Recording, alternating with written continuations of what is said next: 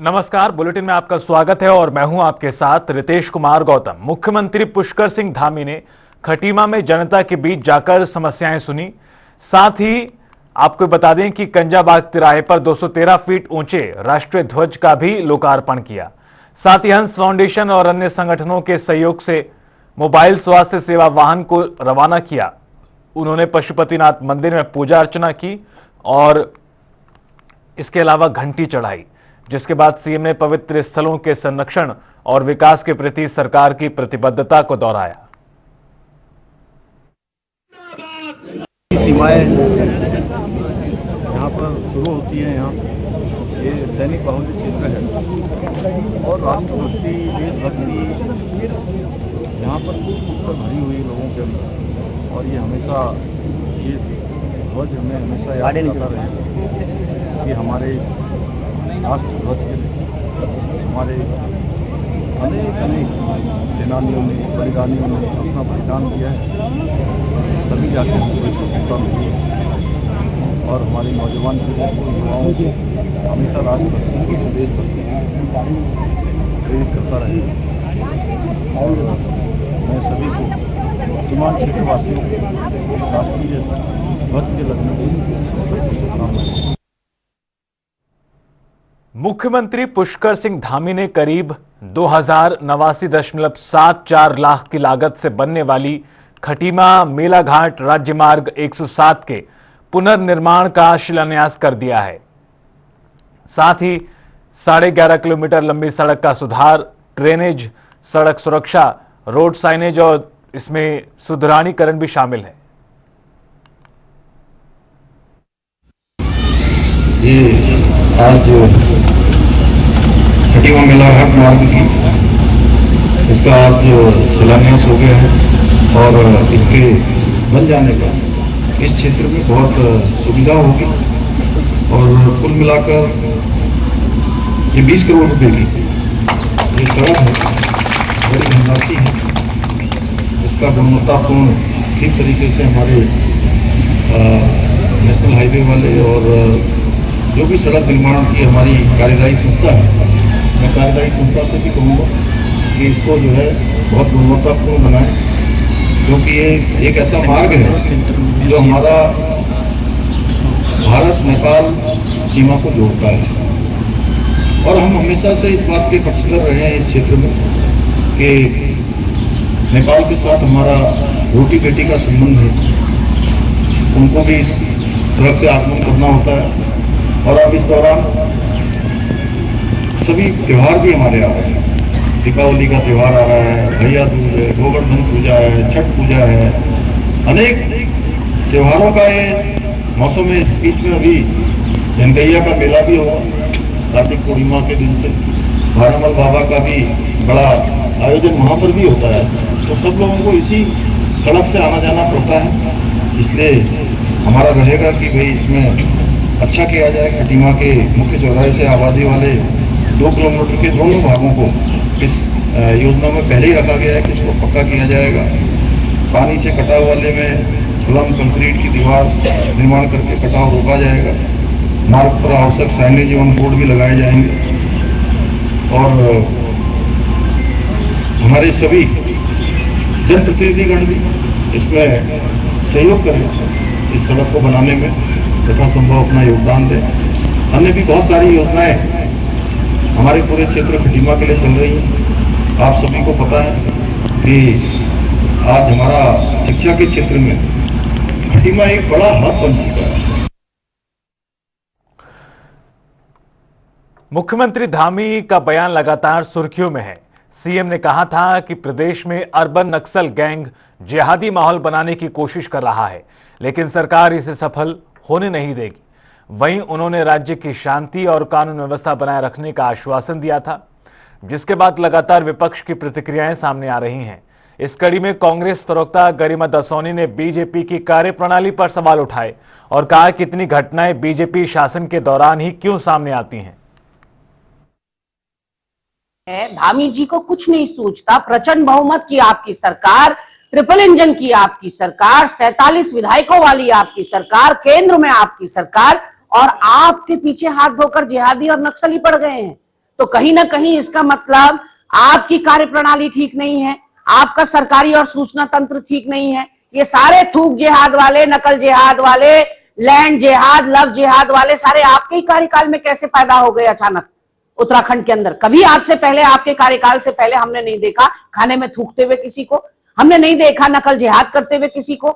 1 दर्जन से ज्यादा परीक्षाएं जो है, प्रश्न पत्र लीक हो गए और वो आपके लोग संलिप्त हैं, उसमें सारे जिहादी हैं इसका मतलब।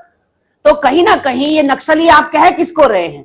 आप कैटेगरी के लिए पिन पॉइंट करके बताते क्यों नहीं?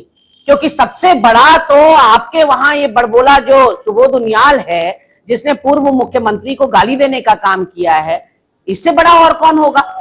आपके वहां एक मंत्री आय से अधिक संपत्ति मामले में गंभीर आरोप झेल रहा है।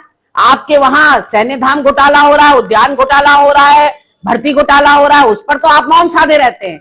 आपके वहां महिला अपराध में 9 हिमालयी राज्यों में एनसीआरबी के अनुसार उत्तराखंड नंबर 1 पायदान पर पहुंच गया महिला अपराध में, तब आप चुप रहते हैं। 1209 बच्चे 1 साल में गायब हो गए, सारे बच्चे नाबालिग थे। बाकी हिमालयी राज्यों में आप देखिए कहीं 70 का आंकड़ा है तो कहीं 80 का आंकड़ा है 1 साल में गायब होने वाले नाबालिग लोगों का, लेकिन आपके वहां 1209, तब आपको कुछ नहीं बोलना है।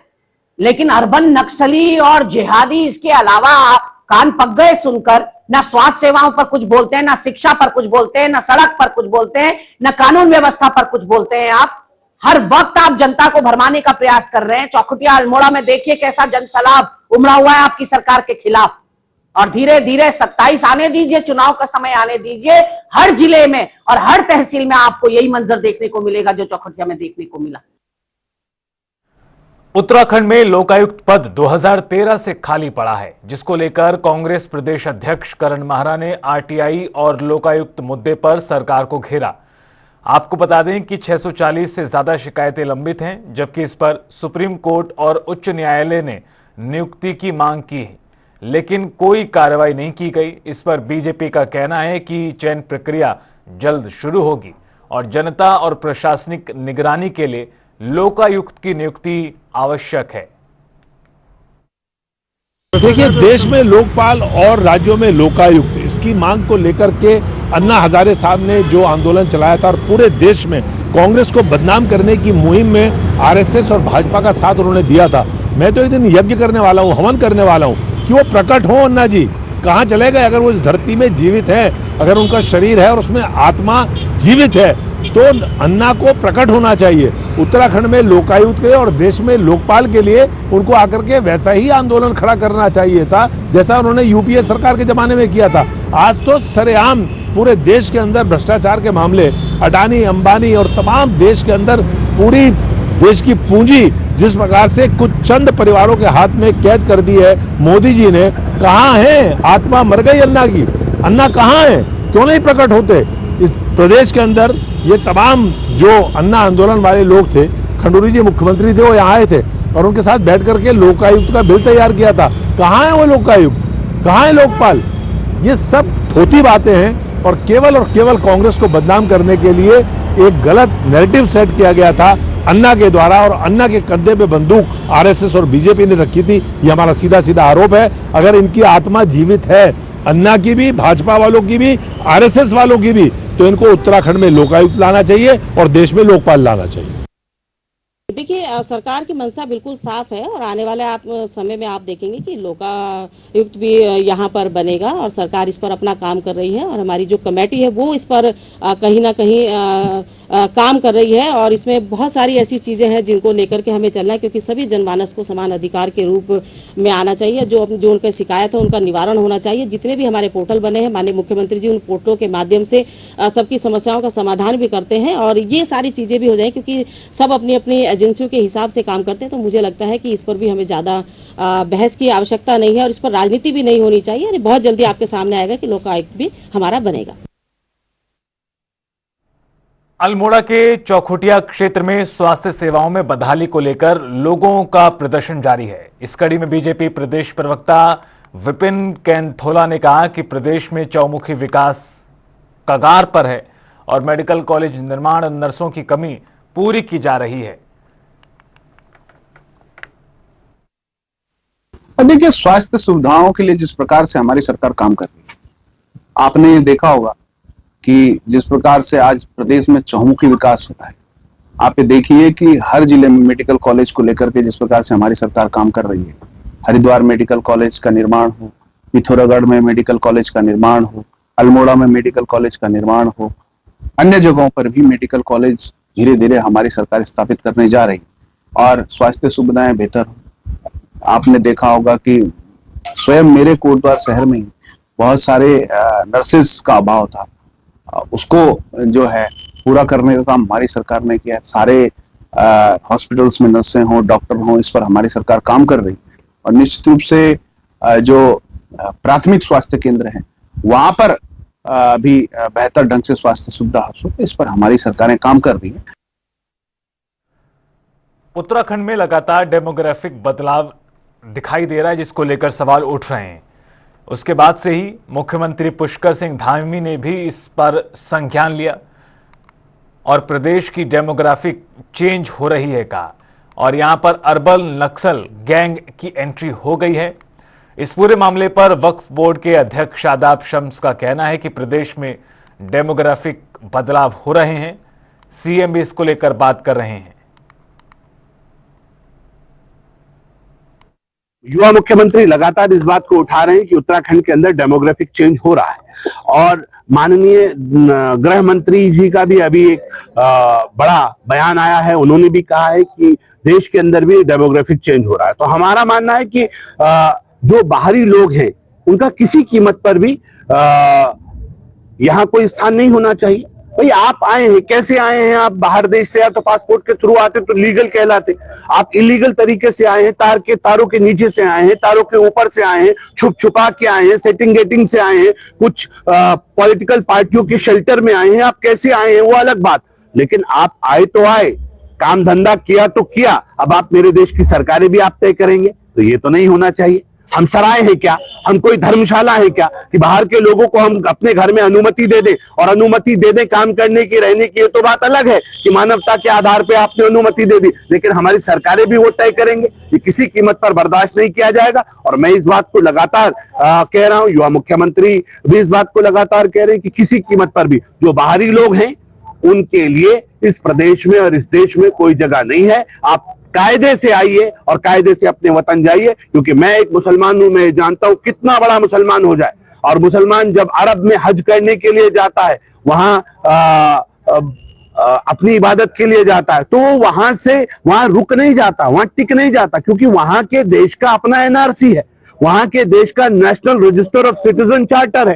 तो अरब ने अपना national register of citizen charter बनाया है, अमेरिका इंग्लैंड ने अपना रजिस्टर ऑफ सिटीजन चार्टर बनाया है, तो भैया मैं अपना रजिस्टर ऑफ सिटीजन चार्टर क्यों ना बनाऊं? मुख्यमंत्री पुष्कर सिंह धामी जनता की समस्याओं के समाधान के लिए लगातार जुटे हैं, जिस पर बीजेपी का कहना है कि अब ऐसे स्थानों को चिन्हित किया जा रहा है जहां अभी तक रात्रि प्रवास कार्यक्रम नहीं हुआ और सीएम वहां जाकर लोगों की समस्याएं सुनेंगे।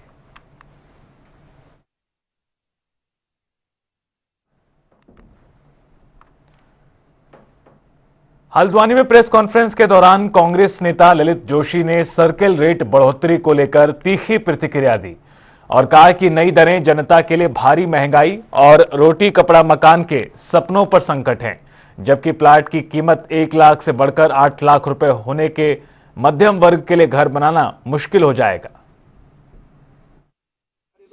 दरअसल प्रेस नहीं थी, ये हम लोगों आपस में एक मीटिंग करी थी और सब पत्रकार बंधुओं को हमने बुलाया था। माफ़ी चाहता हूँ, थोड़ा हम जल्दी बुला लिया था। असल में बात ये है कि हल्द्वानी में सर्किल रेट एक बार फिर बढ़ा दिए गए, कोई नियम कानून नहीं और 400 गुना तक बढ़ा दिए गए। याद रखें आप, ऐसा कहाँ होता, किस देश में, किस कोने पे है कि आप एक चीज जो 100 रुपए की आपने टैक्स जिस पर लगाया था उसको उठा करके आपने 400 कर दिया, जिसका 1 लाख था उसका आप बढ़कर आपने 4 लाख टैक्स रख दिया। ये कौन सा तुक है? ये बेतुका सा फैसला है जिसकी वजह से महंगाई बढ़ रही समाज के अंदर, आम लोगों का रोटी पानी का सपना जो है, रोटी कपड़ा और मकान का सपना खत्म हो रहा है। हम अनुरोध करते हैं, हमारा विरोध नहीं सरकार से, पहले बार हम अनुरोध कर रहे हैं कि आप इन अव्यावहारिक टैक्स नीति पर आप लगाम लगाइए। आप अधिकारियों के कहने पर मत जाइए, एंड यूजर को देखिए और अपनी पब्लिक को देखिए कि पब्लिक किस तरीके से इससे प्रताड़ित होगी। इससे एक व्यक्ति जिस व्यक्ति का सर्किल रेट अगर 4 गुना बढ़ा दिया गया, यानी कि जिस एक छोटे से एक साधारण से घर का व्यक्ति, एक टैक्सी चलाने वाला, एक टैक्सी का मालिक, एक छोटा छोटा कारोबारी आदमी, अगर वो 4 लाख का जो प्लॉट था उसकी कीमत आज के दिन में तुमने 12 लाख कर दी सरकारी उसके हिसाब से, वो टैक्स देता है मात्र 5 लाख रुपए तक का, और कागजों में भी 5 लाख का दिखाता है, वो कैसे खरीद लेगा 12 लाख का टैक्स? कैसे बैंक उसको लोन दे देगा? तो ये बहुत ही अव्यवहारिक है, ये फैसले अव्यवहारिक हैं। सरकार को चाहिए, और अधिकारियों से मेरा एक बड़ा निवेदन है, आप जिस अनुपात में टैक्स बढ़ाते हो, मैं आपसे एक निवेदन करता हूं, मैं जिस हल्द्वानी के अंदर रहता हूं, नैनीताल रोड 1.25 महीना हो गया उधड़ी पड़ी है। 1 साल से हल्द्वानी की रोडें उधड़ी पड़ी हैं, गली गली मोहल्ले मोहल्ले की। दूसरी दीपावली आ गई, धूल से दीपावली लोग मना रहे हैं। एक बार सुबह साफ कर रहे हैं, दिन तक फिर धूल भर जा रही है, क्योंकि कोई इनको देखने वाला नहीं है। बाहर से जितने ठेकेदार आए हैं और वो खरबों रुपए की जो है दौलत यहां से कमा के देख रहे हैं, इनके ऊपर कोई जोर नहीं है। दिवाली से पहले खाद्य सुरक्षा विभाग ने हल्द्वानी में छापेमारी तेज कर दी है, जिसके बाद मिठाई, दूध व अन्य उत्पादों के नमूने इकट्ठे कर लैब भेजे गए हैं। विभाग ने दुकानदारों और फैक्ट्रियों को स्वच्छता और गुणवत्ता का सख्त निर्देश दिया है और दोषी पाए जाने वालों पर कार्रवाई होगी। जनता से अपील की गई है कि किसी भी संदिग्ध खाद्य सामग्री की सूचना तुरंत दें। देखिए, जो हमारा बेसिक रहता है वो ये होता है कि हम लोग आते हैं और फिर फूड सैंपल्स कलेक्ट होते हैं, और जो फूड के रॉ मटेरियल हो गए, जैसे दूध से हम मावा बना रहे हैं या छेना बना रहे हैं, तो उनके फूड हमने सैंपल्स इकट्ठा करें। सैंपल्स इकट्ठा करने के बाद ये लैब भेजे जाते हैं। लैब में जहाँ पे बाकायदा टेस्टिंग होती है, टेस्टिंग के रिजल्ट आते हैं, और फिर उसमें कुछ सब स्टैंडर्ड या कुछ हार्मफुल पाया गया तो इसका बाकायदा एक केस चलता है एडीएम कोर्ट में, फिर उसमें सज़ा भी होती है। तो जी, कितने सैंपल आपने अभी तक कलेक्ट कर लिए हैं, भेज दिए हैं? अभी आप जैसे देख ही रहे हैं, हम लोग विगत 1-2 हफ्तों से तो हम लोग लगातार काम कर ही रहे हैं। कल भी काफ़ी सारी दुकानों में सैंपल लिए गए थे, और आपने अभी देखा होगा बताशों की फैक्ट्रियों में, डेयरी से भी हमने सैंपल इकट्ठा करे हैं। तो इस सब की विस्तृत जानकारी एक रिपोर्ट के माध्यम से एक नोडल ऑफिसर अभी हम लोग नामांकित कर देंगे, तो एक प्रॉपर सूचना आपको बना के दे देंगे। आज आपने यहाँ छापेमारी करी, किस तरह की खामियां? नहीं, ऐसा खामियां तो नहीं, अभी हम लोग सैंपल्स इकट्ठा करेंगे, और सैंपल्स अभी प्राइमा फेस की आप देखेंगे तो अभी सब कुछ ठीक ही लग रहा है। अभी बस हम लोग सैंपल्स इकट्ठा करेंगे, फिर जब ये लैब जाएगा वहाँ पे टेस्टिंग हो जाएगी, उसके बाद फिर हम आपको बता पाएंगे। कितनी जगहों पर छापेमारी की गई आज? आज अभी हमारी पहली छापेमारी है, इसके बाद हम एक बतीशे की फैक्ट्री में भी जाएंगे और 1-2 डेयरी से भी सैंपल्स इकट्ठा करेंगे। मसूरी में त्योहारी सीजन के मद्देनजर खाद्य सुरक्षा विभाग ने मिठाई और दूध उत्पादों की दुकानों पर रेड की और सैंपल लिए। वहीं वरिष्ठ अधिकारी कपिल सिंह ने बताया कि सैंपल राज्य लैब भेजे जाएंगे और दोषियों के खिलाफ जांच के बाद कार्रवाई होगी। विभाग ने विक्रेताओं को यूज बाय डेट और उच्च गुणवत्ता वाली सामग्री सुनिश्चित करने की हिदायत दी है। यहाँ पर जैसा आपको विदित है कि दिवाली का त्यौहार जो है नज़दीक है, और दिवाली के मद्देनज़र क्या होता है कि मिठाइयों की खपत बाज़ारों में बढ़ जाती है। तो उस परिप्रेक्ष्य में हमारे जो उच्चाधिकारी हैं तो उनके द्वारा निर्देशित किया गया है कि बाज़ारों में जाके अधिकाधिक संख्या में निरीक्षण करना है और सैंपलिंग का कार्य भी करना है, जिससे कि आमजन को जो है गुणवत्तापूर्ण जो है मिठाई मिल सके। आज सुबह ही मैंने नीचे जो देहरादून वगैरह से या एडजेसेंट डिस्ट्रिक्ट से जो माल आता है, गाड़ियाँ चेक की हैं और एक पनीर का सैंपल और एक दूध का सैंपल भी कलेक्ट किया है। तो हमारी कोशिश ये होती है कि शहर के जितने भी बॉर्डर्स होते हैं, बॉर्डर्स पर रैंडमली भी चेकिंग की जाती है और आजकल त्योहारों को देखते हुए रेगुलर चेकिंग की जा रही है। तो उसमें जैसे देहरादून में भी जो मावा संदिग्ध होता है उसको नष्ट भी कराया जा रहा है, उसकी बहुत बड़े स्तर पे सैम्पलिंग भी की जा रही है। तो आज भी मसूरी आया था, तो मसूरी में भी जो मार्केट है यहाँ के, वहाँ पे इंस्पेक्शन का कार्य और सैम्पलिंग का कार्य किया जा रहा है। पनीर या और जितने भी खाद्य पदार्थ होते हैं, जब ये सैंपल लेके लैब को भेजे जाते हैं और लैब में जब सैंपल फेल होता है तो 2 तरह की स्थिति होती है, या तो सैंपल सब स्टैंडर्ड आता है या अनसेफ आता है। आज खाद्य सुरक्षा विभाग द्वारा यहाँ पे एक रूटीन चेकिंग के तौर पर यहाँ पे जो है कुछ दुकानों पे सैंपलिंग करी गई है। साथ ही साथ कुछ वाहन जो देहरादून से माल सप्लाई करते हैं उनकी भी सैंपलिंग करी गई है। व्यापार मंडल Mussoorie traders and welfare association का पूरा सहयोग हम उनको देते हैं और हमारा भी उद्देश्य यही है कि देखिए उच्च क्वालिटी का सामान ही दुकानों पे बिकना चाहिए।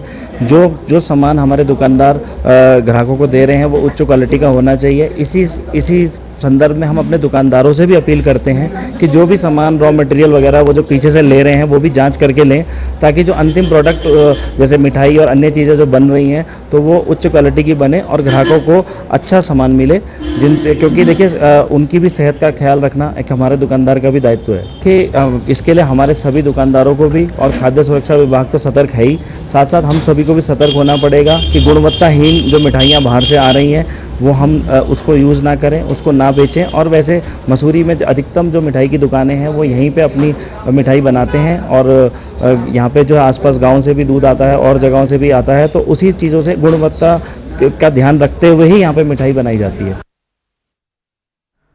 हरिद्वार जिलाधिकारी ने बहादुराबाद क्षेत्र के बोंगला गांव में धान की फसल काटी और मौके पर किसानों से बात की। उन्होंने बताया कि क्रॉप कटिंग एक्सपेरिमेंट के तहत पूरे जनपद में धान की फसल की कटाई की जा रही है ताकि फसल उत्पादन का सटीक आंकलन किया जा सके। जिलाधिकारी ने किसानों से अपील की कि वो फसल कटाई के दौरान सरकारी दिशा निर्देशों का पालन करें। देखिए, आज बहादुराबाद में रतनपुर बोंगला में मनोहरपुर में क्रॉप कटिंग का डेमोन्स्ट्रेशन किया जा रहा है और इसमें पूरे जनपद में विभिन्न अधिकारियों के द्वारा ये निरीक्षण किया जा रहा है। इसका जो उद्देश्य होता है वो ये देखना होता है कि जो हमारी जो फसल है, जैसे अभी धान की फसल की यहाँ पे क्रॉप कटिंग हो रही है, उसकी क्या यहाँ पे यील्ड आती है, कितना एरिया में कितना प्रोडक्शन होता है, और उसको फिर स्टडी करके हम देखते हैं कि आगे क्या कृषि विभाग के द्वारा, राजस्व विभाग के द्वारा क्या क्या कार्रवाई करनी चाहिए जिससे कि किसानों की आय बढ़े।